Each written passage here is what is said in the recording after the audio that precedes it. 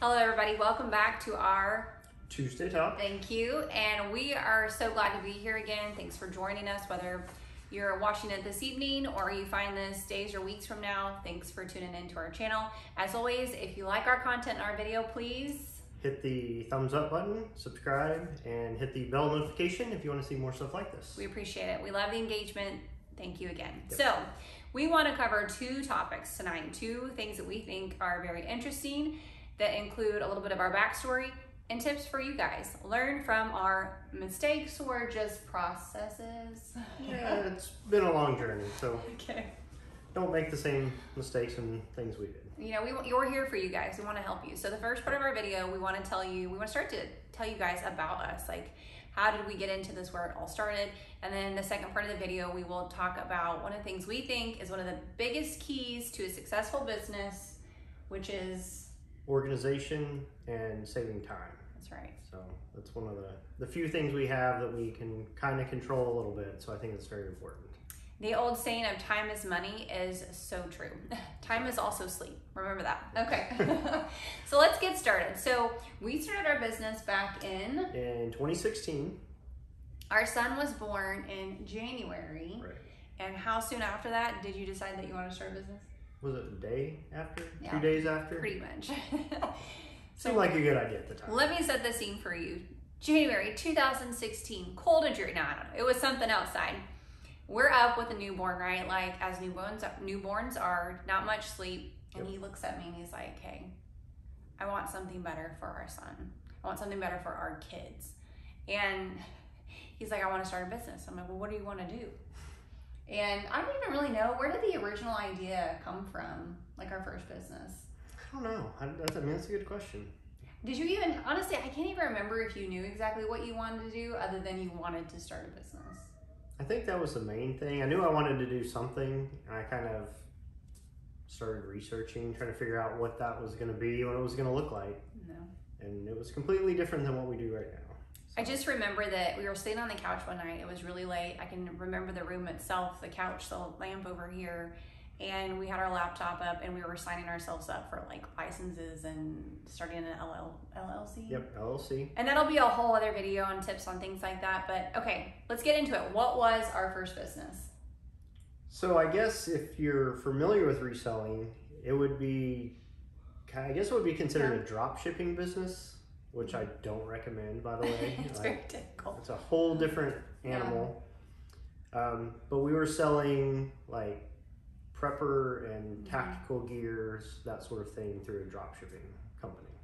So a little bit of a background, that's something that we are also, interested in. We're interested in prepping, and some people scoff or laugh at it, but honestly, like, it doesn't have to be extreme, right? There's all types of prepping, but right. One of the things we really believe in, though, is having key necessities and things like that. And I have a medical background, and you have a law enforcement background. Yes. So combined, we just like to be ready for anything. For anything, exactly. So you built your own website. Yes. So we started an actual business. We had the LLC, and that way I would actually able to get a hold of a distributor. Yep. So you had to have a company in order to work with these people. So we, had a supplier. Then we had the website. And who was I using? Was it GoDaddy? I think it was GoDaddy. I think that was the host? What do you call it? Yeah, they were basically the host of our site.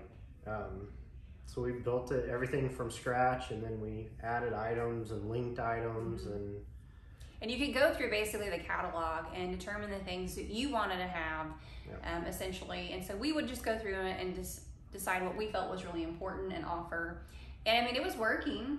But I mean, it was a lot of hard work. It was a lot of work. I mean, it's hard. You got to figure out your costs and things like that. And if anybody's really interested in more on kind of how drop shipping works, let us know. We're happy to do another segment on that. And the deal with that too is you have to drive your own traffic, which is completely different than eBay or Poshmark, because they do all the marketing and get traffic for you. Yeah. This was completely, if we didn't tell somebody, if we didn't get the word out there, no one knew about it. Yeah.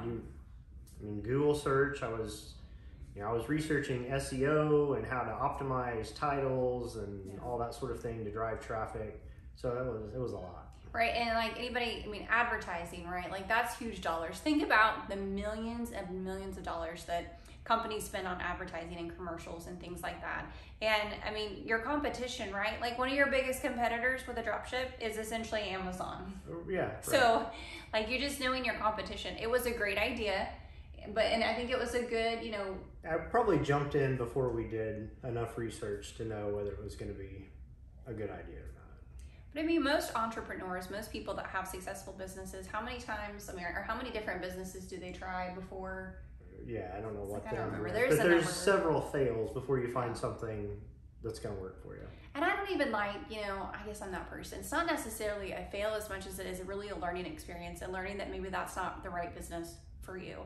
So that was our first business, and we did that for what? I don't know. Did we do it for a full year? Almost a year? It was a full year because the next business, which we'll talk about probably next week. That's right. Which that one was exciting. Yeah. That's a completely different thing. Completely. But that was the next year because it was the next spring when we got into that one. And let me tell you, it really, yes. And it really was completely different, like out of left field, like completely different. Yeah. And I really have to applaud you again because, I mean, you're the mastermind behind all this. I'm like, you're the dreamer, and I guess I'm the doer. Is that, well, I mean, you're a doer too, but really. Yeah. She runs with all my crazy ideas and goes head first in it no matter what. So I couldn't ask for a better partner when it comes to that. Well, that goes two ways. But I will tell you guys, like having a support system, whether it's, you know, if you're individual doing it on your own, with your family support, your friend support, you're married, you had a spouse of some kind, you know, relationship, whatever it is, having the support when you're trying to be an entrepreneur, you work long hours. Yeah, and absolutely. You know, having someone either in it with you or understanding. If I was trying to do even the stuff we do now and she wasn't supportive or thought it was a silly idea or wasting time, it would be impossible. Like, I can't do it alone. I do a lot of stuff myself, but I couldn't do it without her and all the other things that she does. So you definitely have to have somebody that supports you, or it's just setting yourself up for failure. So. I appreciate it. Well, it goes both ways, right? Like his dreamer spirit, his, you know, innovativeness, his creativity with it. And I mean, I have my own version of creativity, but your ability to see things and look towards the future combined with, you know, a realistic approach too. And he's a numbers guy too, guys. Don't let him fool you. But it's just, like I said, I'm like chasing a rabbit trail here, but I just think it's so important, like making sure you have that support, whatever your system looks like, is huge. So we did that for about a year, right? Yeah, that was about a year. A lot of work, made a little bit of money, not worth the hours and effort we put into it. Definitely didn't break even, I don't think. I mean, because drop shipping, I didn't have to buy inventory. No, we had the website, right? Yeah, I had website and hosting and all that kind of stuff we paid for. So we were out money for that, but at least I wasn't buying inventory that I had to get rid of later or anything like that. So it was a good segue though. Like I think it really, you know, it starts your mind thinking, and you're a big reader. You read a lot of books, and that's a whole other, we got so many videos. We got so much to share with you guys. I'm so excited, but I know so many things, so many avenues we've gone down. So would you recommend drop shipping? Absolutely not. That was like no hesitation. Yeah. You're like, boom. There's so many things that can go wrong with drop shipping. I know there's people that make it successful, but I don't recommend it, especially buying on the big box websites, Walmart's, Home Depot, which a lot of people push. I don't recommend it. I don't think it's a good idea. Now, I think maybe, you know, you see some people do like t-shirt drop shipping or things like that, and maybe that's a better area. You know, for us though, when it comes to, I don't know, would you call it hard goods or, I don't know. Yeah, I want something physically in my hand that I have control over. Yeah. Because if you sell something and somebody is out of stock, depending on where you sell it, then you get dings on that account that you have, and it rolls downhill and cause yourself all sorts of problems. So, okay, well, we wanted to share that with you guys. We thought that was, you know, it really kind of tells you about, like, even for us, we didn't just go, oh, hey, reselling. And yeah, I didn't, at that time, I didn't even really know anything about reselling. It was more of, we like this stuff, we like these things. And we thought others might too. Yeah, exactly. So it wasn't even an idea of, hey, let's be resellers. Because I didn't, at that time, I had no idea. That wasn't even a thing for us. No, but I mean, one common theme is doing something you are passionate about. And I do feel like, you know, the people who make this successful, It's a lot of hard work, but having that passion about what you're doing and enjoying it. What's that like? You say it all the time to me. Your worst Monday at, what is it? Oh, what is it? Your worst day working for yourself beats your best day working for somebody else. Yes. Okay. It's true. But it is so true. Like, honestly, it really is. And it still goes back to, I put in so many more hours now and work longer now than I ever did working for somebody else, but I wouldn't change it. No. I mean, it's... And we have goals, and I mean, we've done... Anyway, I digress. Okay, let's move on to our second topic, which is organization and improving your time management. Yep. Improving those processes that are going to save you time and just make it better in the end. There's lots of things that we could recommend doing, but one of the things we really wanted to hit home, because this is something we've been working on really hard lately, is your inventory system, making sure that your inventory is organized. Exactly. And so it can go for whatever you sell, whether it's clothing like we've been doing, hard goods, books, whatever it is, there's an inventory system for everything you do, but having those systems in place are what going to save you a lot of time. And it's huge. And as he mentioned on our last video, like we started with a bag of clothes, like a bag of clothes that I had that I was going to just donate to Goodwill like we typically did. Yep. And he decided, and again, that's a whole more in-depth story, but so when it came to figuring out, well, we didn't really put that stuff away. We had one bag of clothes. Yeah, so, I literally kept it in a trash bag in our bedroom. And that was the very first inventory system. And then we got more stuff, and that turned into a bigger pile on the floor. Mm-hmm. And then maybe it got folded, and you had a nice stack in a pile. Yeah, sort of put together a pile. Sort of. Yeah, anyway. And then essentially, I don't know, at what point, but as it grew and we got more things, then you came up with it. I don't know how you did, but essentially an inventory system, and almost like we call it binning, sort of, so to speak. So but basically putting stuff in a Rubbermaid or a bucket. Yep. And that was our first system. And that was literally a bucket and throw stuff in it. Yeah. And then when something sold, you knew what bucket to get, and then you had to look through the whole bucket until you found something. Yeah, so then you would at least know what bucket or bin to go look for, and so... But if you only have 50 items... not a big deal. Not a big deal. Look through everything. Yeah. So that was our, second system? Yeah, essentially that was our second system, is just putting it in a bin or a tub, whatever you want to call it. But it wasn't organized. Maybe it was folded, hopefully it was. I don't know. I don't even know if it was sometimes. Maybe in the beginning, then you dig through stuff and you need to hurry, throw it back in, and things just kind of... So what was the next part? So that's 1, 2. What was the third step in our... I guess the third step would be even put a label on the bin. Mm-hmm. And then we decided we want to put a number or a label to every item in the bin. Yeah. And then make it, chronological. So you can look and know, 1 should be in the front, number 30 is in the back, and have some kind of something to look at. People do it different ways. If you look out there, you might see it. But what we really thought worked for us and our system was putting it in a tote, essentially, or a bin, whatever you want to call it, that has a lid. But putting it in a plastic bag. Right. And I'm picky on my bags too. That's a whole other story. Yeah. But so yes, there are different systems. Can we go ahead and just show it? Yeah, you can go ahead and get it. So it depends on your space. In a perfect world, if we could have the shelves up, we would start with 1 and just go down the line, and you would go that way. But we have everything in the house, so we need everything in a bin with the lid because they get moved around. They don't have dedicated shelves. Get away. So this is a bin. Turn the thing, but here you go. And as you can see, it's very sophisticated. This is my piece of paper I folded in half. You're lucky it's not handwritten. Yeah, sometimes they're handwritten with piece of tape. These actually have a label on them, and we decided to go with the alphabet and the numeric. Yep. So A01, which is the very first bin that we've had. Okay, I'm gonna put this down. You guys get it right. Heavy. So I went through the entire alphabet, A01, B01, on and on. And then once we got to the end of the alphabet, we came back, and now we have A02. Yeah.